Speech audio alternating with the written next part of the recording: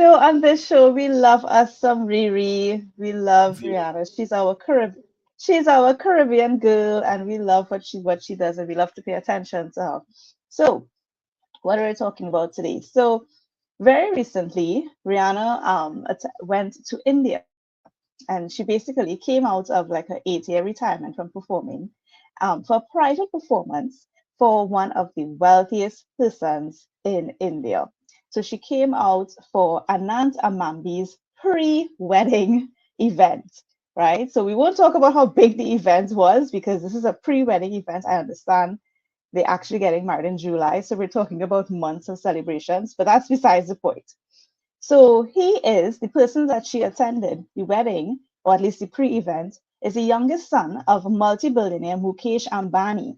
He is the chairman and managing director of Reliance Industries. If you go to the next slide here.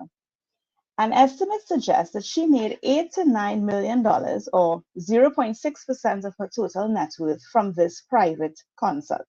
So when you put it like that, it may sound like, wow, okay, she made $8 million from this one event. Why travel so far for this paycheck, right? Guys, she traveled to India for the bigger picture, for Fenty Beauty to enter the Indian market. Fenty, if you did not know, Fenty Beauty is valued at $2.8 billion and it sells through Sephora stores. So in all over the world, it sells through Sephora stores and other retail stores like Ulta and Boots in the UK and the US. In Europe, the Middle East, Mexico, etc., Fenty is sold exclusively in Sephora. But here's the thing. There's no Fenty Beauty in India right now. There's absolutely no presence. So, to capture this presence, Rihanna is now eyeing Sephora India. And this is where the visit came in. So, the chairman, the person of the wedding that she had, the person who hired her, they acquired the rights for Sephora India just recently in November of 2023. So while she was there to seemingly perform for this private event, Rihanna was really there to make business connections and to get her brand into India. And she basically may have cracked a deal for her business and still got paid for her visit there. So hats off to her. So what does this mean for small businesses?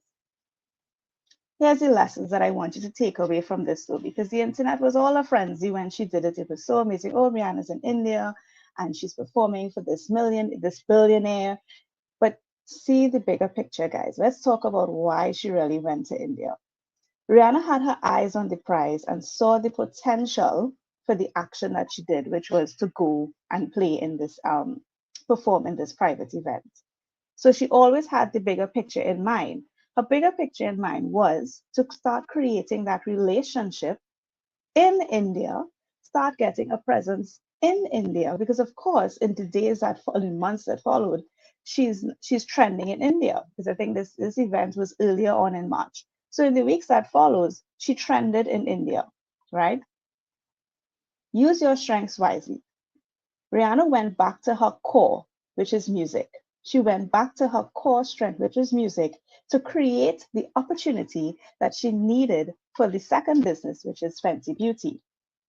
And the third thing I want you to take away, strategy, strategy, strategy. Always put strategy into your decision making.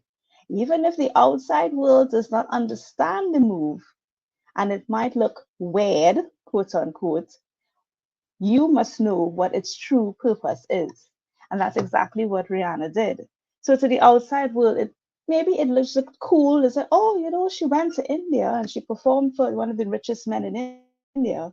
No, it was not just a trip to India.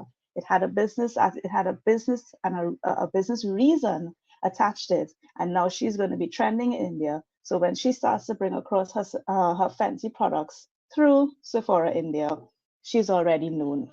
So, guys, that's our hot topic today. Love us some Riri. Love the moves. Dude, oh my god.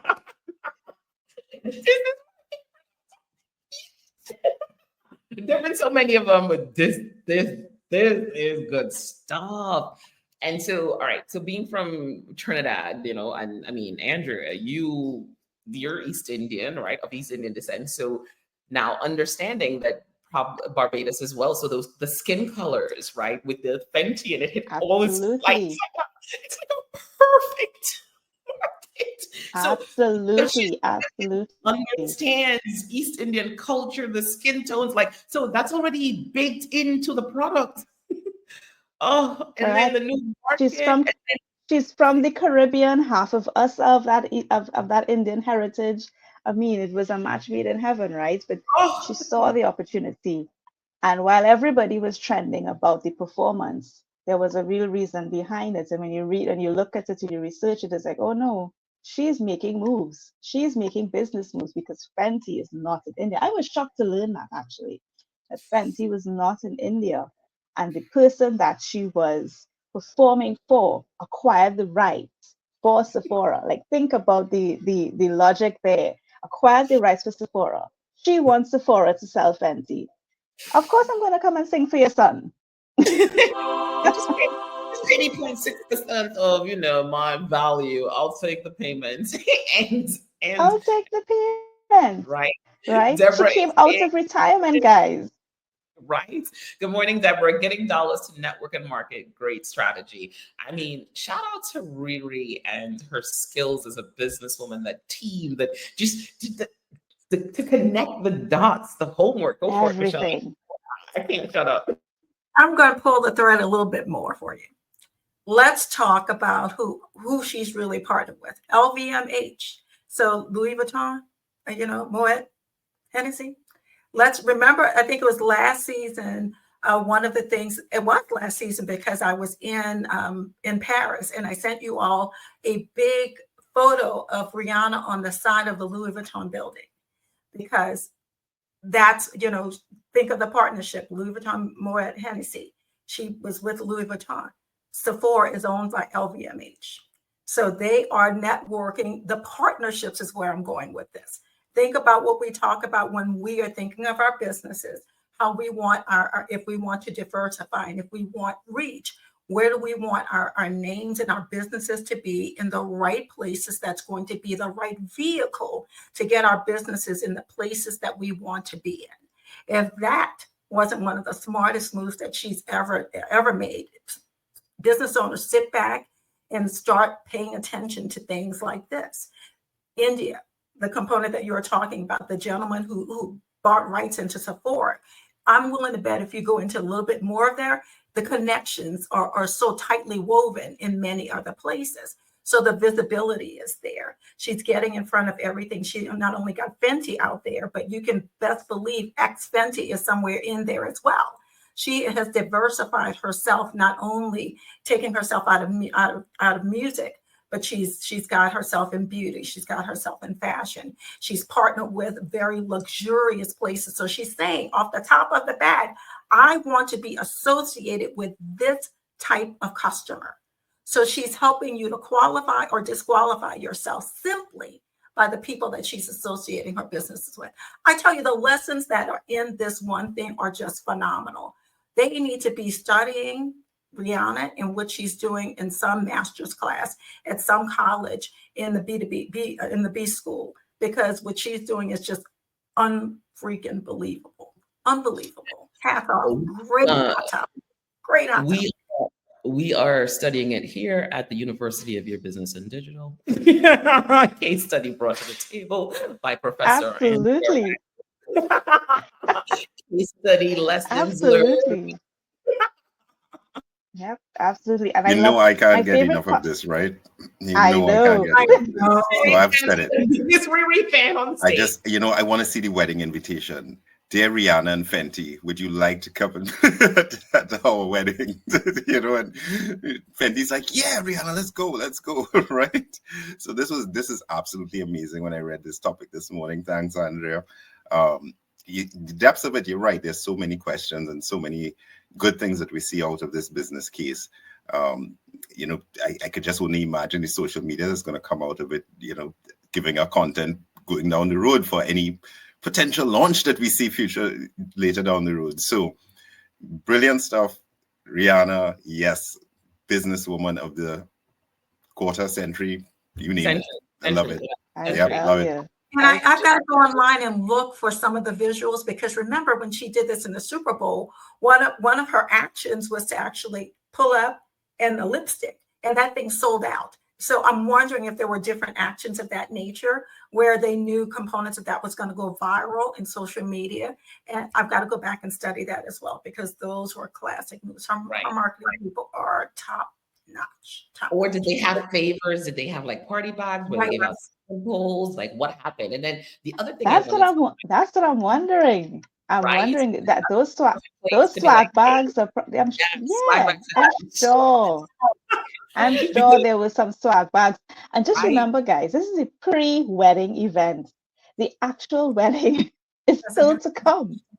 Those are So common, right? So there's yeah, so many possibilities. so many There's so many possibilities. possibilities, but And then one thing I I want to absolutely love it.